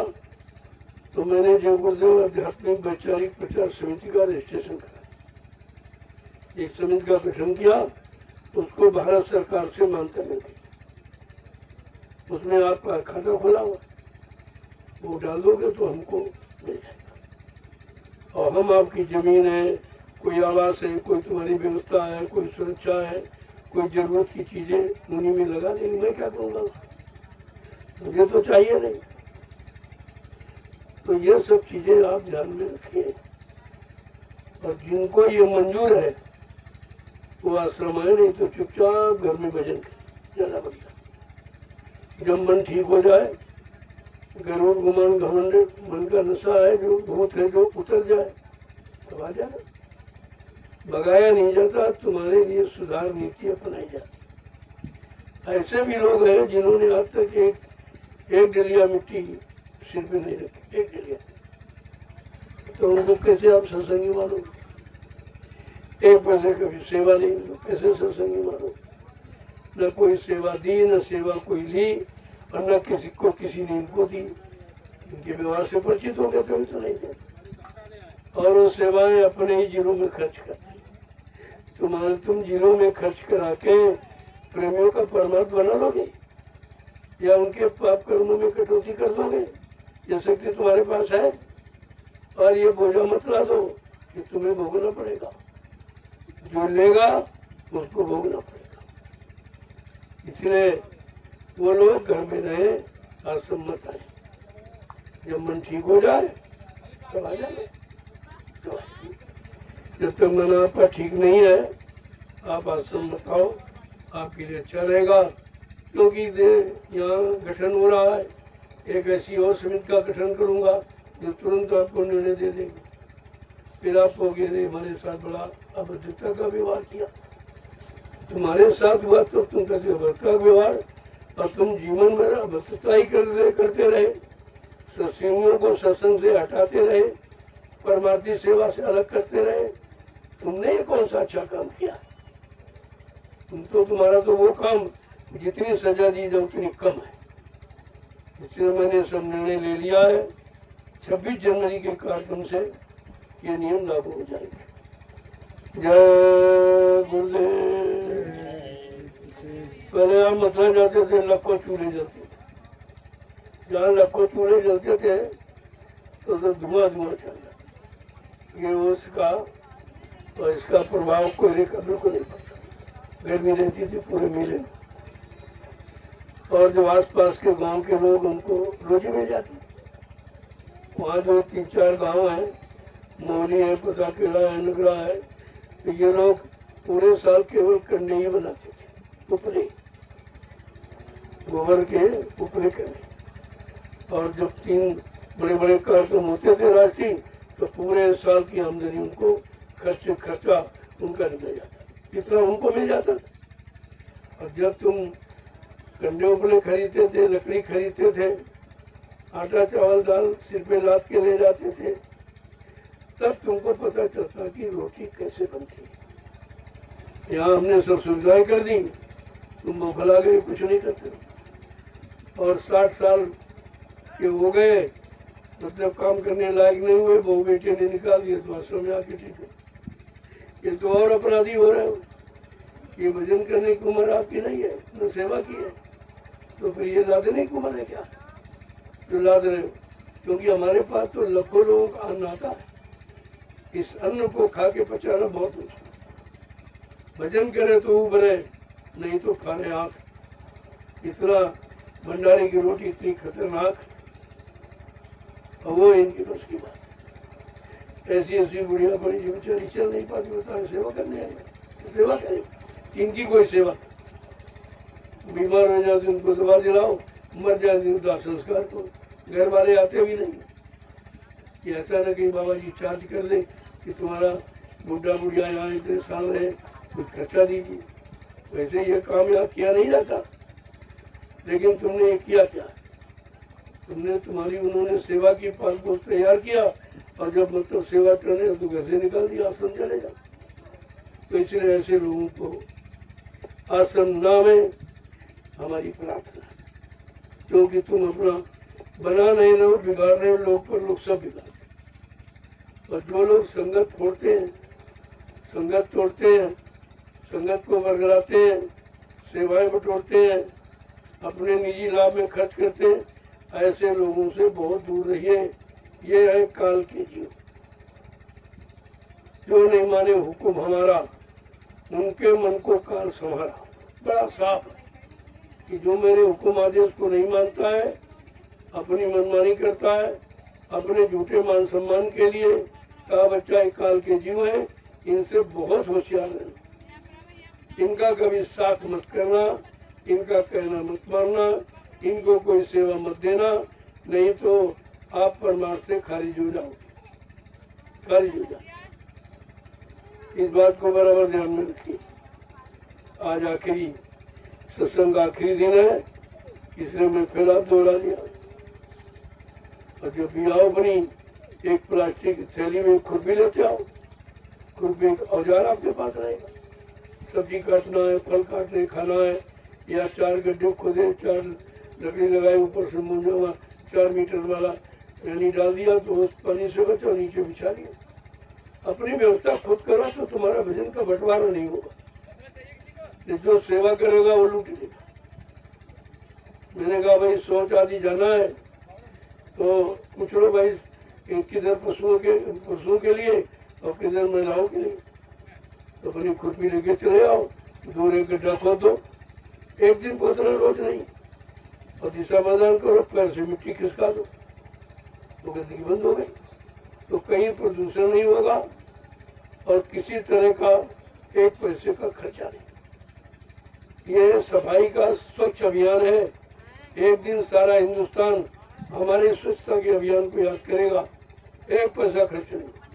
और सबसे बड़ा लाभ कि ये खेतों की उर्वरक शक्ति नहीं कमजोर हो, इसकी तरफ किसी का ध्यान नहीं। घरों घरों शौचालय बना दिए। अरे लोग बेचारे पढ़े लिखे नहीं थे, भोजन घर में करते थे, लेकिन दिशा मैदान खेतों में था। उनको भी मालूम कि गंदगी घर में रखने की नहीं, ये पढ़े लिखे क्या है, जैसे राजा विजय, ये दोनों मतलब है। उसको भी ज्ञान नहीं है क्या कर रहे हैं। ये बीमारी घर में पैदा हो जाएगी, तरह तरह के रोग। और बीमारी रोग कब आता है? या तो गंदे खान पान से आएगा या गंदे कर्मों से आएगा। और दोनों कर्म की बहुतायत, गंदा खान पान भी है और गंदे कर्म भी है। लिहाजा बीमारी तुम्हारा दरवाजा नहीं छोड़ेगी। तुम कितने डॉक्टर बदल डालो, कितने अस्पताल बदल डालो, कितनी दवाएं बदल डालो, लेकिन बीमारी तुम्हारा पीछा नहीं छोड़ेगी। जब तक ये गंदा खान पान नहीं बंद होगा और गंदे कर्म करना लोग नहीं छोड़ेंगे, तब तक ये काम नहीं। ये याद कर लीजिए, कोई नहीं बताएगा आपको। और ये धीरे धीरे पूरा हिंदुस्तान जान जाएगा, एकदम हवा जैसी फैल जाएगा ये संदेश, हवा जैसा। मैंने सर्वप्रथम कहा था, जब किसी ने नहीं कहा शाकाहार सत्य, न मंदिर से निकला, न मस्जिद गिरजा गुरुद्वारों से, न तीर्थ न मूर्त, न कोई राजा न कोई महात्मा, किसी ने नहीं कहा, तभी ये कहा। और दूसरा, फिर 15 सितंबर 2023 को मैंने घोषणा की थी, अगर आप सच्चे भारतवासी हैं तो अपनी पहचान, भारतीयता की पहचान आपकी वेशभूषा है, जो ऋषि मुनि महात्माओं की देन है। कुर्ता है, धोती है, कमीज है, पैजामा है, सदरी है, टोपी है, पगड़ी है और लंगोटी है, यह आपकी पहचान है। अपनी पहचान बना के रखो। इस पर भी किसी की नहीं पढ़े लिखे अनपढ़ साले के रास्ते में बहे चले जा रहे, कुछ नहीं जानो को। अगर हिंदुस्तानी हो तो अपनी हिंदी भाषा, ये तुम्हारी पहचान है, तुम्हारी मातृभाषा है, उसको प्राथमिकता दो। हिंदी और संस्कृत दो भाषा, इसके अलावा कोई भाषा नहीं, दो भाषा, ये तुम्हारी पहचान।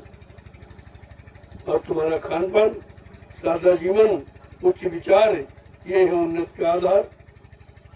आपका भोजन, क्योंकि तुम्हारा देश प्रकृति की गोद में, प्रकृति ने बिल्कुल सुरक्षित रखा था, लेकिन आपने अपने देश का खान पान, अपनी धार्मिक भूमि पर जो पैदा होता था वो सब खत्म कर दिया, सारे हिंदुस्तानी बीज खत्म कर दिए। अब तुम फंस गए हो तरह तरह की बीमारियों में। और इस पर न राजा ध्यान दे रहा, न प्रजा दे, सब के सब होकर आ गए। जब विनाश की स्थिति होती है तब यही स्थिति बनती है। और लिख दिया महापुरुषों ने कि जब स्थिति आ जाए तब जो विनाश काले विपरीत बुद्धि, जब बुद्धि विपरीत दिशा में काम करने लगे तो समझ लो विनाश निश्चित, उसे कोई रोक नहीं सकता। तो समय आ गया आपके सामने।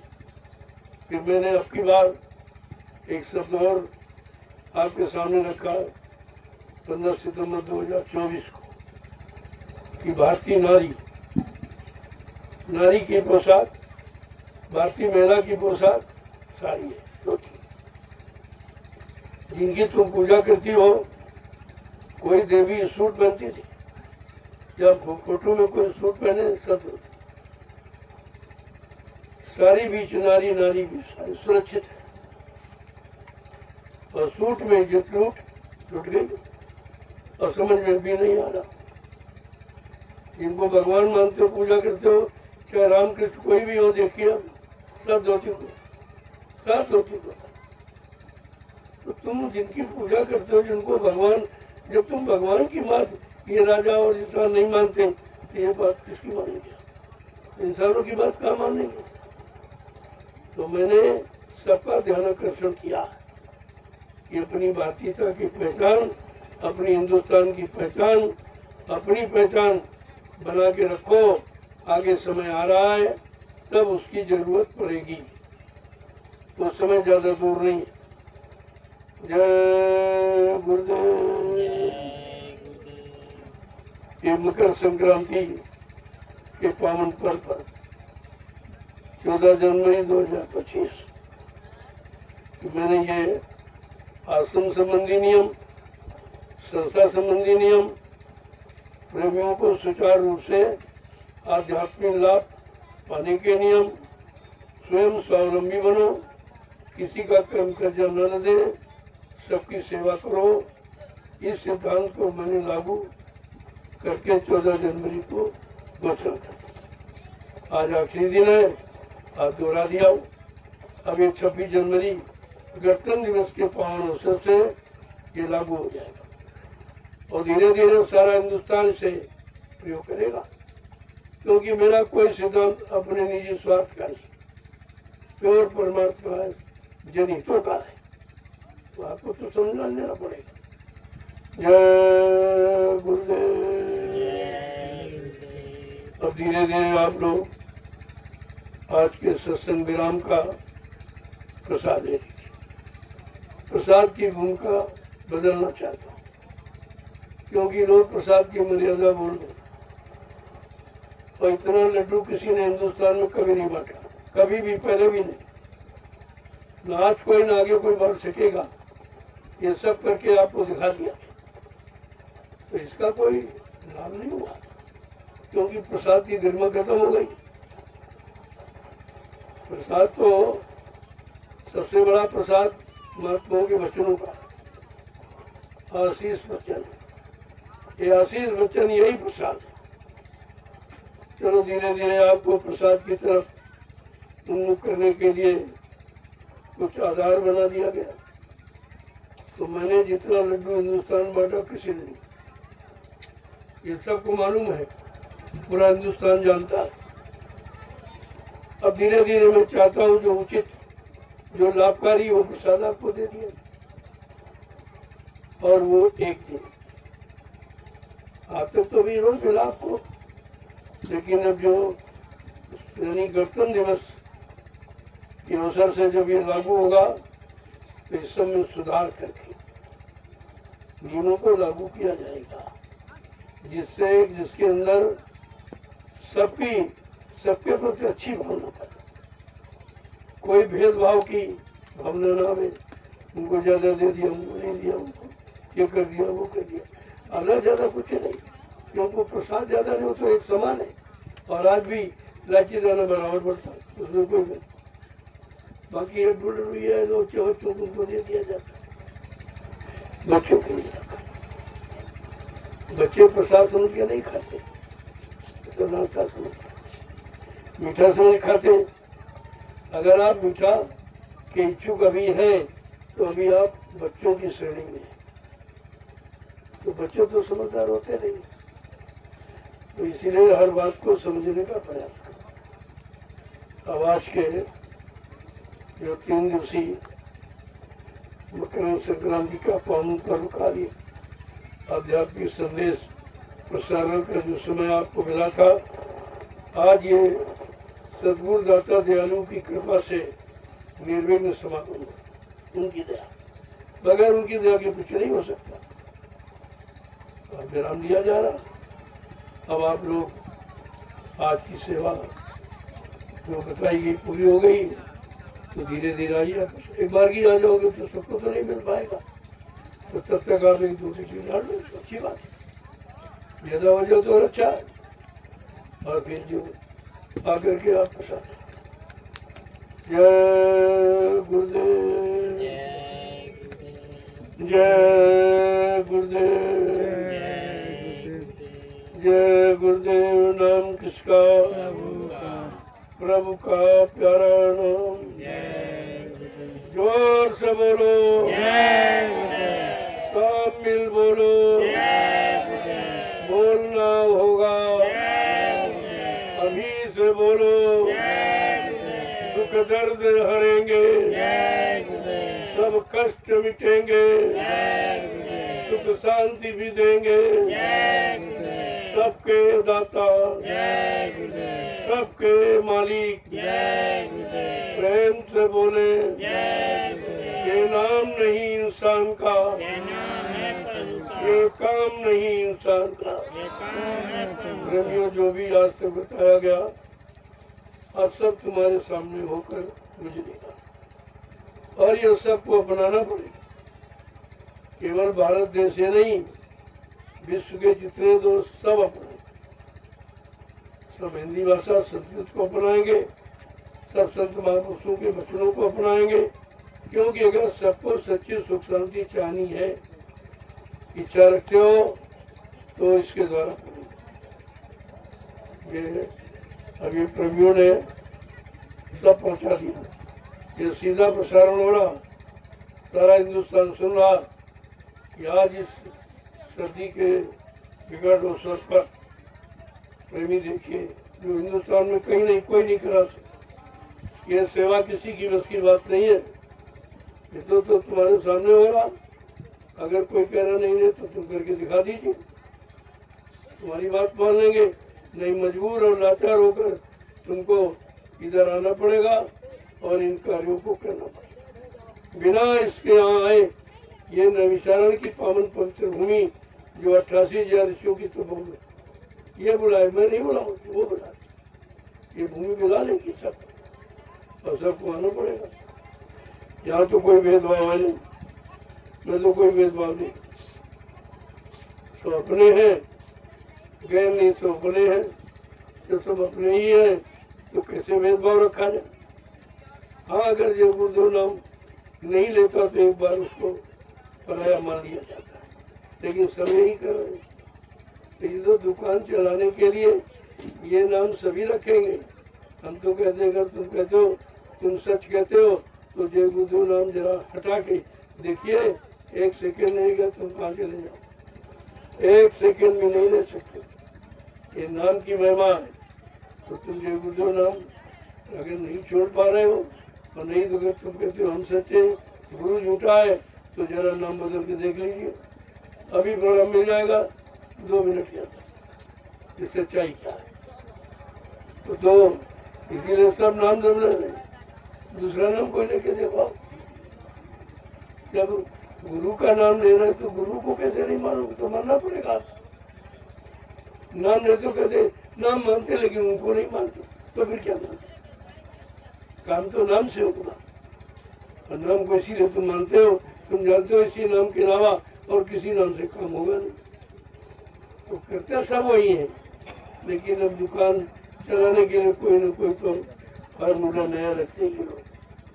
जय गुरुदेव, जय गुरुदेव।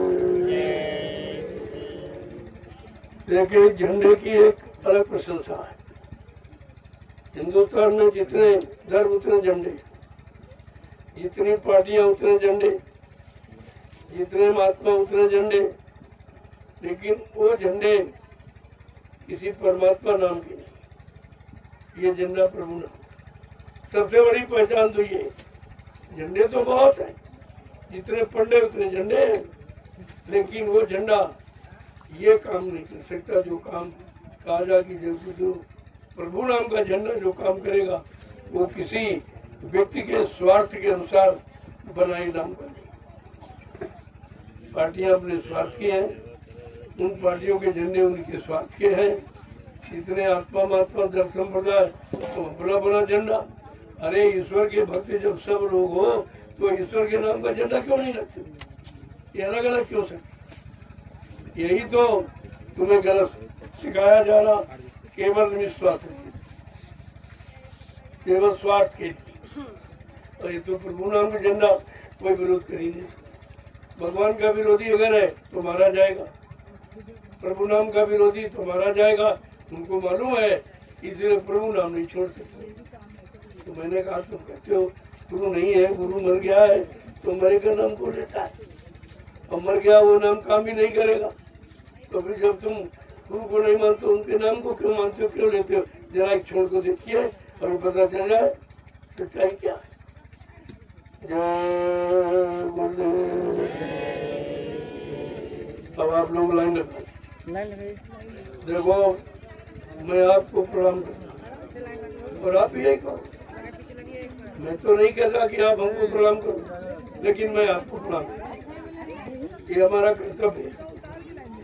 गुरु नवे जो शिष्य को सच्चा साधु जान, वो सच्चा साधु जो अपनी जीवात्माओं को नमन करता, प्रणाम करता, इनको लेने आया तो वो प्रणाम करके कहता, मैं तुम्हें प्रणाम करता हूँ, है जीवात्मा भी तू अपने घर की तरफ चलने को तैयार हो।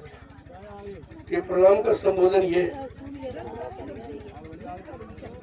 जब वो पैर छुए जाते, चरणों को प्रणाम किया, क्योंकि छूने से उनकी महिमा खत्म हो जाती। छूने के लायक आप नहीं हो, आप इन हाथों से अच्छे बुरे सभी काम करते हो, लिहाजा चरणों की मर्यादा खत्म हो जाती है। जय गुरुदेव। मैं तो खुद ही आपको करके दिखाता हूँ, मैं आपका दर्शन करता हूँ, आपको प्रणाम करता हूँ, प्रसाद देता हूँ। मैं तो आपसे कुछ नहीं लेता, न लेने की बात करता हूँ और न कोई स्वार्थ लोभ लालच की भावना रखता हूँ। तुम्हारा भला कल्याण हो जाए तो संत महापुरुषों का जो ऐलान है कि मेरे बच्चों को जन जन के कान तक पहुँचा देना, मैं पहले भी करता आज भी करूँ, मेरा कोई नया काम। पहले परमात्मा नाम का प्रचार, अब प्रभु नाम का प्रचार। परमात्मा सीमित होता जो समाज देश का कल्याण करता है, और प्रभु सर्वोपरि है जो जीवात्माओं का उद्धार करता है। दोनों की महिमा अपनी जगह पर है। जय गुरुदेव। अब आप आज के आखिरी सत्संग का प्रसाद। आगे गणतंत्र दिवस, ये तो दूसरे रूप में, लेकिन सम दरबार का आजादी का दिन अलग है। उस दिन आजाद, जिस दिन जीवात्मा आजाद हो जाएगी, मुक्त हो जाएगी, काल माया के कर्मों की बेड़ियों से मुक्त हो जाएगी, अपने घर पहुंच जाएगी, सच्ची आजादी स्वतंत्रता तब मानेगी। लेकिन पहले बाहर की, बाद में अंदर की समझ में आ जाएगी। जय गुरुदेव।